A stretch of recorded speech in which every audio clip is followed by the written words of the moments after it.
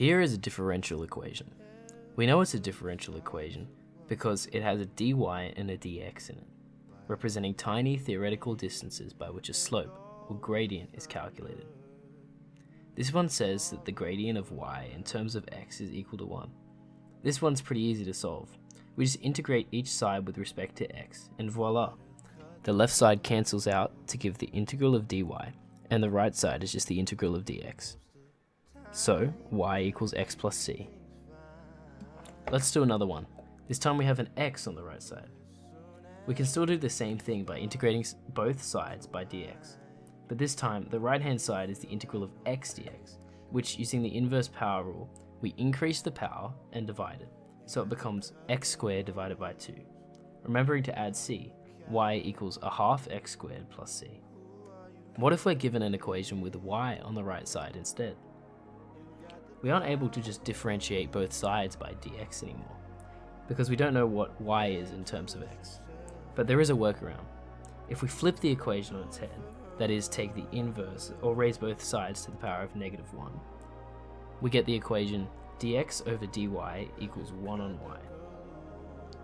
And by integrating both sides by dy instead this time, we get that x equals the integral of 1 over y dy, which we know will give us x plus c equals ln of y. Now, to get this equation in terms of y, we can raise e to the power of both sides. This left side, e to the power of x plus c, is the same as e to the power of x times e to the power of c. We can cancel out the logarithms on the right hand side to get y on its own. And to simplify even further, we can call our constant e to the power of c some variable, a. So y equals a e to the power of x. But what is this constant value, and why does it keep showing up? Let's go back to our first differential equation and think about a line that always has a gradient of 1. Now I can move this line up, down, left and right, and it doesn't change the fact that the gradient is always 1. This is essentially like our constant value. It shows that you can move an equation around and it still holds to the definition of its gradient. So a general solution like this one, a e to the power of x, is actually describing a set of solutions rather than one particular solution. So here's a solution where a equals 0, which is a straight line. As I increase or decrease a, you can see it produces an exponential curve. All of these equations still follow the same initial condition, that the gradient at any point equals the y value at that point.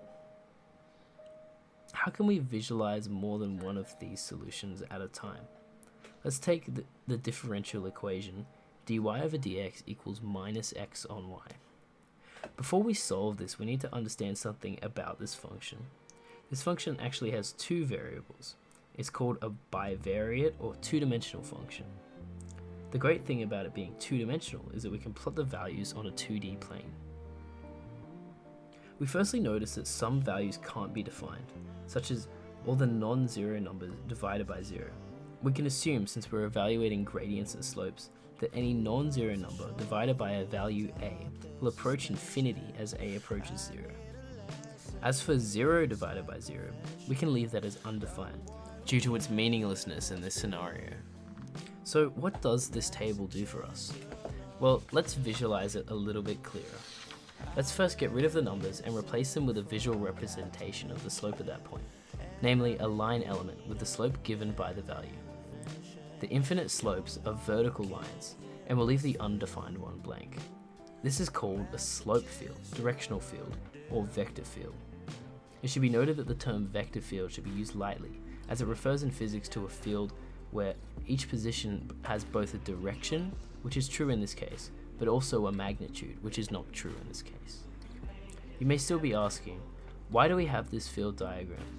And to answer that, let me give you an analogy. Let's say I'm just trying to describe this apple to you.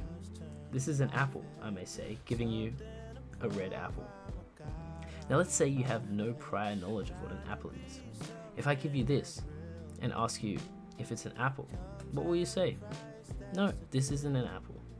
But in fact it is. It's just an example of a greater set of apples, and this one is a green apple. That's similar to any one of these equations. They're all a solution in the set of solutions to this differential equation. Or another parable. Let's say I'm trying to explain the layout of my house. I say, there's a room with green walls, another room with red walls, then another room with carpet and one with tiles. In this case, I'm giving you examples of rooms in my house, but I'm not saying all of the rooms in my house. Instead, if I gave you a bird's eye view plan of my house, it would make more sense. This is kind of like what our slope field is doing. I could give you every solution to this equation, but truthfully, there are infinite unique solutions to it, like how this apple and this apple are not exactly the same, but they're both still apples. Instead, I can show you a top-down view of what every solution to this differential equation does in this slope field diagram, and you can just imagine the rest. For example, in this slope diagram, you'll see that the lines tend to pivot around the origin, and in fact the solution for this equation is a circle. The constant in this example is the radius of a circle. So what this slope field is describing is every possible radius of a circle centered around the origin. Going back to our first few equations and drawing a slope field for them, you can see that the different solutions follow the slope field. Now that I've explained what a slope field is, let's look at a few practice questions and go through them to consolidate our understanding. When we're given a slope field, we can find patterns called isoclines. These are where the gradient seems to be the same along a straight line. Going back to our circle field, there's an isocline in every direction. For every definite integral where plus c is added to the end of the equation, the isoclines are all vertical. Most equations representing exponentials will have one particular isocline, which is also a straight line solution to the equation. These are found where the slopes on the isocline are pointing in the direction of the isocline. Let's get into a question. The slope field for a differential equation is shown below. Which of the following could be the differential equation represented? We can begin by looking for isoclines. There is in fact an isocline traveling in each direction from the origin. We notice that on the line y equals minus x, there's an isocline of gradients 0. If we substitute into each of the four equations given in the multiple choice question, we can root out c and d as they would approach infinity, or a vertical line. Now to determine between a and b. Notice that the difference between a and b is the sign on the bottom. So for a, if both x and y are positive, and y is greater than x, it'll be a negative number. We can test this by looking at this point, where y is greater than x, and they're both positive. We see that the gradient is in fact negative, so we conclude that the answer is a. Let's then look at this question. A differential equation is given by y prime equals xy minus 2y. Remember that y prime represents dy over dx. They're interchangeable in this case. So we're talking about the gradient being equal to xy minus 2y. We can actually analyze this equation and find where there must be an isocline. By factorizing y out of the equation, we can get that dy on dx equals y outside of x minus 2. So when x equals 2, the equation must cancel out and be equal to 0, regardless of the y value. Looking at all the different slope fields, we can see that this is only true for b. Thus we conclude that the answer is b. One more question to wrap it up. The differential equation that is best represented by the directional field below is... This directional field has all isoclines traveling in the diagonal, but one particular one also points in that direction, as we stated before. Isoclines like this are actually solutions to the differential equation. The line y equals x minus 1 is evident in this field, and has a constant gradient of 1. Hence, if we substitute y equals x minus 1 into the correct equation, the slope will be 1.